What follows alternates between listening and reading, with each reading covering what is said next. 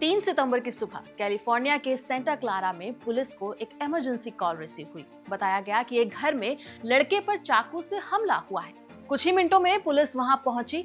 घर के अंदर देखा तो एक अमेरिकन शख्स घायल पड़ा था और दूसरे के हाथ में चाकू था। हालात को देखते हुए पुलिस ने गोली चला दी, जिसके बाद कुछ ही पलों में वही दूसरा शख्स भी जमीन पर गिर पड़ा। उसका नाम था मोहम्मद निजामुद्दीन, तेलंगाना का 32 साल का एक सॉफ्टवेयर इंजीनियर। सुनने में ये खबर बहुत आम सी लगती है, लेकिन बात सिर्फ इतनी नहीं है। रिपोर्ट्स के मुताबिक मोहम्मद निजामुद्दीन ने अभी कुछ हफ्ते पहले ही सोशल मीडिया पर अमेरिका को लेकर कुछ ऐसा लिखा था जो उसकी हत्या का कारण बन गया। और परिवार और दोस्तों द्वारा अब इस घटना को सिर्फ एक एनकाउंटर नहीं माना जा रहा, बल्कि इसे सीधे तौर पर हत्या कहा जा रहा है। लेकिन सबसे हैरान करने वाली बात यह है कि मोहम्मद निजामुद्दीन की मौत 3 सितंबर को हुई थी, लेकिन इसकी जानकारी उसके परिवार को नहीं दी गई। परिवार को 2 हफ्ते बाद अपने बेटे की मौत की जानकारी मिली, और वो भी निजामुद्दीन के दोस्त के जरिए। ऐसे में अमेरिका में हुई इस घटना को लेकर सोशल मीडिया पर काफी बवाल खड़ा हो चुका है, और परिवार भी लगातार पुलिस की कार्यवाही पर सवाल उठा रहा है। परिवार का कहना है कि एनकाउंटर नहीं, हत्या है। तो सवाल उठता है कि निजामुद्दीन आखिर है कौन? क्या वो हमलावर था, जैसा कि अमेरिकी पुलिस का दावा है, या फिर एक विक्टिम जो लगातार मेंटल हरासमेंट को फेस कर रहा था? और मौत से पहले उसकी पोस्ट में आखिर ऐसा क्या लिखा था जिसे लेकर अमेरिकन मेंटालिटी पर सवाल उठ रहे हैं? इस वीडियो में हम बात करेंगे इन्हीं सभी सवालों पर। नमस्कार, मेरा नाम है डिम्पिका और आप देख रहे हैं खबर गांव। 30 साल के सॉफ्टवेयर इंजीनियर मोहम्मद निजामुद्दीन की अमेरिका में कैलिफोर्निया में हुई मौत पर पुलिस का कहना है कि ये गोलीबारी उनके रूममेट के साथ झगड़े के दौरान हुई। इस खबर ने परिवार को झकझोर कर रख दिया, और अब वो भारत सरकार और विदेश मंत्रालय से मदद की मांग कर रहे हैं ताकि उनके बेटे की बॉडी को भारत लाया जा सके। 3 सितंबर की सुबह पुलिस जब वहां पहुंची तो देखा कि एक लड़का घायल है। पुलिस का कहना है कि निजामुद्दीन ने चाकू से पुलिस को डराने की कोशिश की। इसी बीच पुलिस ने सिचुएशन को कंट्रोल करने के लिए शूट किया, जिसमें गोली निजामुद्दीन को लग गई। हालांकि तुरंत उसे अस्पताल लेकर जाया गया, लेकिन तब तक उसकी मौत हो चुकी थी। वहीं उसका रूममेट जो इस घटना में घायल हुआ था, उसका इलाज अभी भी अस्पताल में चल रहा है। घटना के 2 हफ्ते बाद अपने बेटे की मौत की खबर सुनकर परिवार सख्ते में। निजामुद्दीन के पिता हुस्नुद्दीन ने एस जयशंकर को लेटर लिखकर बेटे के शव को वापस लाने की मांग की है। तेलंगाना के महबूब नगर में रहने वाला मोहम्मद निजामुद्दीन एक अच्छी कंपनी में सॉफ्टवेयर इंजीनियर की नौकरी करना चाहता था। उसके पिता हुस्नुद्दीन, जो कि एक रिटायर्ड टीचर थे, उन्होंने अपने बेटे के इस सपने को पूरा करने के लिए उसे 2016 में अमेरिका भेजा, जहां फ्लोरिडा इंस्टीट्यूट ऑफ टेक्नोलॉजी से उसने कंप्यूटर साइंस में बैचलर की डिग्री पूरी की और बाद में सॉफ्टवेयर इंजीनियर के तौर पर सिलिकॉन वैली में कदम रखा। इसके बाद उसे कंपनी में प्रमोशन मिला और वो सेंटा क्लारा कैलिफोर्निया चला गया। उसके लिंक्डइन प्रोफाइल से पता चलता है कि वो APAM सिस्टम के जरिए गूगल में काम कर रहा था। जब से उसके परिवार और दोस्तों को निजामुद्दीन के मरने की खबर मिली है, तब से उनका कहना है कि वहां की पुलिस उनसे सच छुपा रही है। निजामुद्दीन को गलत तरीके से इस पूरे मामले में फ्रेम किया जा रहा है, जबकि वो तो खुद काफी समय से परेशान चल रहा था। दरअसल सिलिकॉन वैली की चमक धमक के पीछे एक और दुनिया है, जहां H-1B वीजा पर आए भारत और साउथ एशिया के टेक्निकल वर्कर्स दिन रात काम करते हैं, लेकिन नौकरी छिन जाने का डर हमेशा उनके दिमाग में बना रहता है। निजामुद्दीन को भी ये डर महसूस हुआ।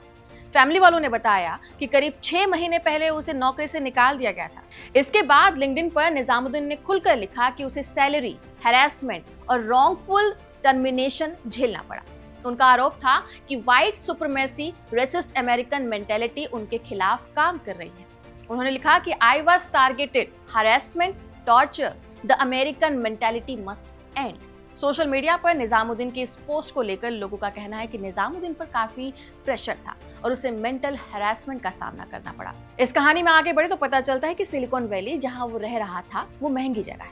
यहाँ रहने वाले बहुत से इंडियन शेयर्ड एकोमोडेशन में रहते हैं। निजामुद्दीन भी अपने कुछ रूममेट्स के साथ रहता था जो अमेरिकन मूल के थे, लेकिन वहां भी सब कुछ ठीक नहीं चल रहा था। परिवार और दोस्तों का कहना है कि उसके रूममेट से उसकी बातचीत खराब चल रही थी, जो समय समय पर उसे इंडियन होने के नाम पर परेशान किया करते थे।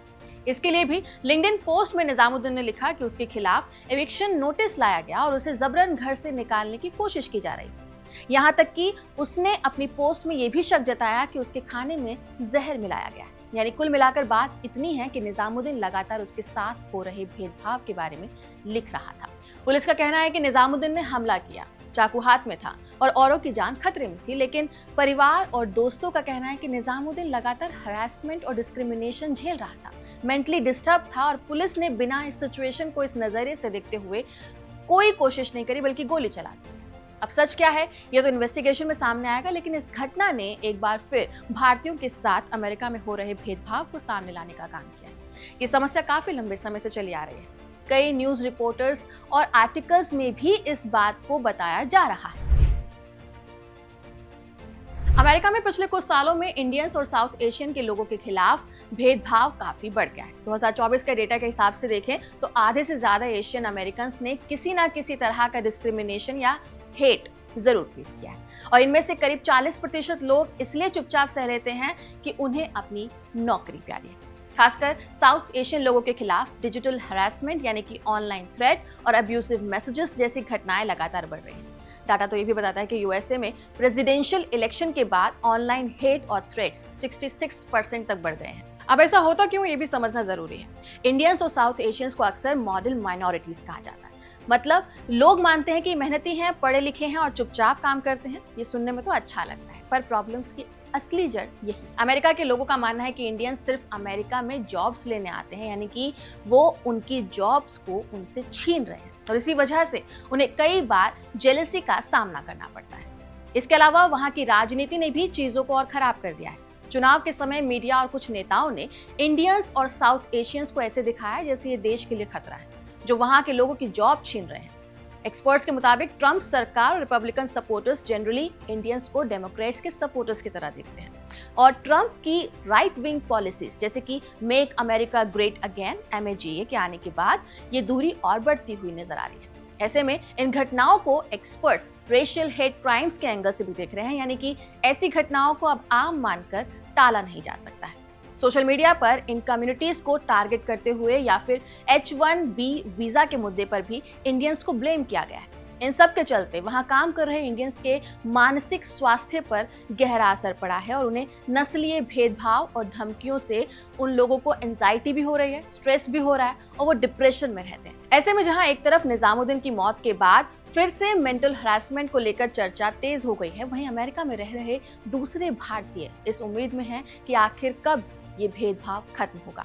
आपका इस पर क्या कहना है, कमेंट सेक्शन में जरूर बताएं। इस वीडियो को रिकॉर्ड किया है निवेदिता ने। मेरा नाम है डिम्पिका और आप देख रहे हैं खबर का।